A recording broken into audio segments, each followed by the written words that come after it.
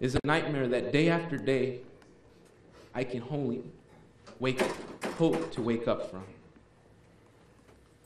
Although I don't live nearby, the daily phone call at 8 a.m. that I would make every single day to my mother is something I wish and can no longer do. At 5:47 a.m. on that Wednesday of April 13th, the phone call that still creates chaos in my world came in. They are gone.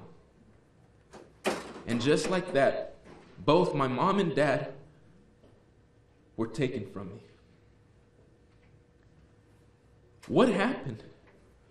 Who did this? Where did this happen?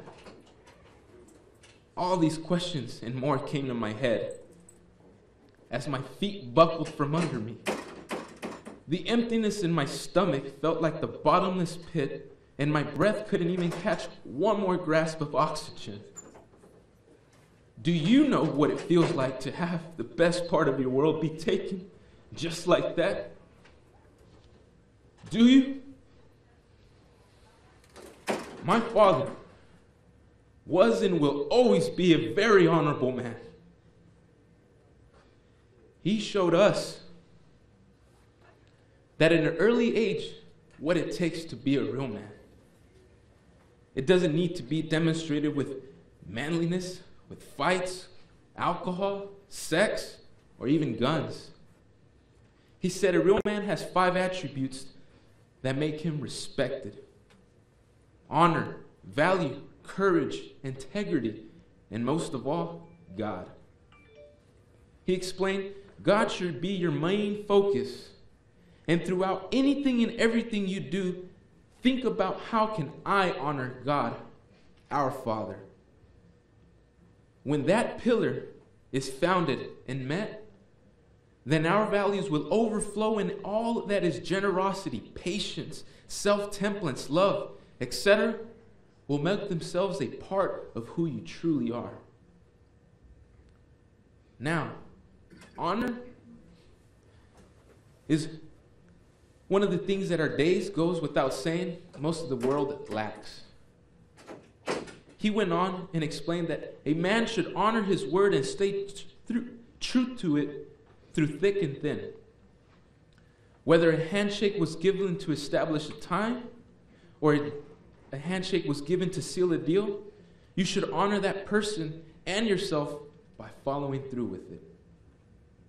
Now, courage, son, he said, is a tough one to follow.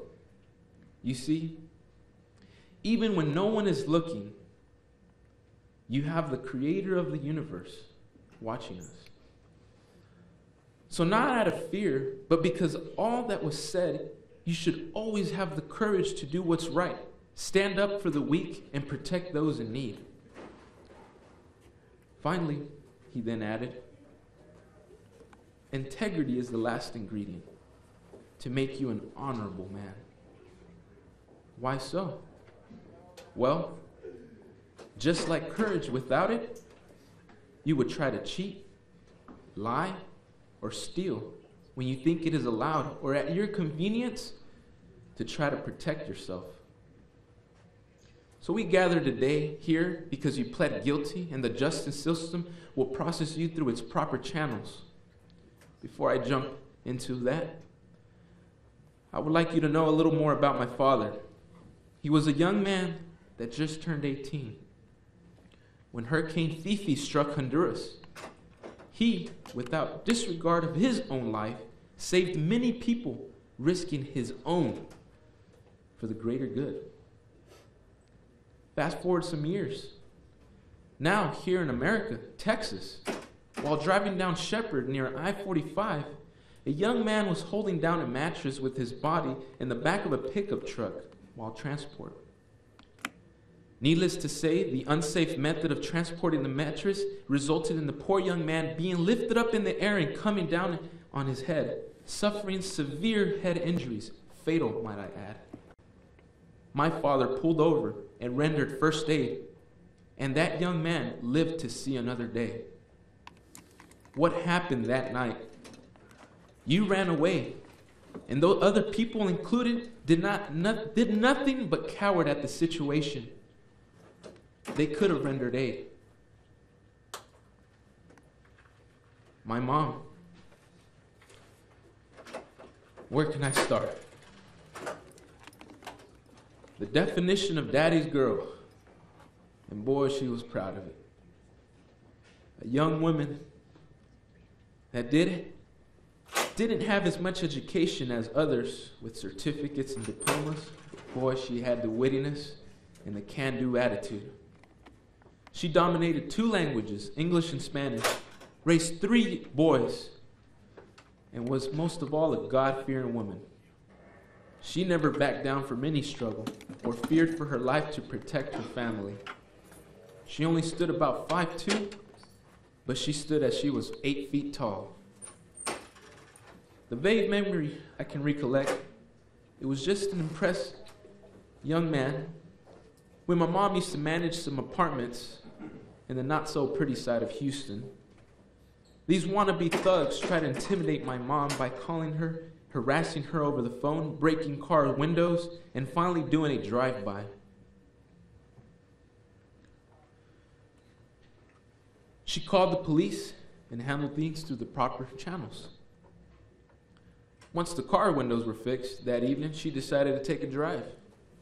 She stopped exactly where those thugs would tag and hang out, got out, marched right up to them and said, "You don't scare me, cowards." How is it that an old lady has her pants on real good and doesn't fear any of you little boys? They tried to interrupt, but she quickly looked up and said, "Here you may think you're tough, but at my age, son, I'm ready to leave this earth anytime." You see, if a little lady had the courage to stand up and put a stop to bullying, hate crimes, or even extortion, we should never fear the cowards or the spineless people. She also cared for several kids as a job, but her motherly ways didn't make it seem as if she was just doing a job. She made them feel loved. Her last little child that she cared for, was a very special little girl that suffers from Rett syndrome. It's a spinal cord sickness that just paralyzes the entire body and is unable to do anything for herself. My mother cared for this little girl and loved this little girl as if it was her own. She would tell me that she was worried because Rachel had a fever or a runny nose that day. She would tell me, "I can't sleep thinking about this little girl. I wish I could just be there all night caring for her like she cared for us." You see, her compassion for humanity was one of her greatest characteristics. What are yours? What will history say about you? Is it easy to stand up here and face the killer of my parents? Not at all. Who am I? To you, I might be the one reading this letter today, the guy on the television, or even some random person today. I am the youngest son of Jesse and Maria, Alan Aristides Savillon, a retired veteran that knows a little bit about self-sacrifice and what it takes to overcome evil. I can proudly say that us, as a family, will never let you or this event define who we are. Mainly because we had the best examples of what a strong family can do united. What it truly means to care for others. Did I feel that your sentence here today is just? Not at all. Rapists, drug dealers, even thieves have received heavier sentencing. But my Lord says in His word that He is the judge of all judges, the comforter of those in sorrow. And I strongly believe that no one has deceived my Lord and had a happy ending. You sit here today possibly blowing my words off to the air, going in through one ear and out the other. No one can ever tell the story, nor can we tell yours, because only you can do what's right and help us catch the other people. Was there a picture, an address, or even a video? I don't know, but 12 years isn't a small time. Just to say it's going to pass by. Think about this. Your kid will grow into adolescence without you. Learn how to ride a bike without you. Her first day of school without you.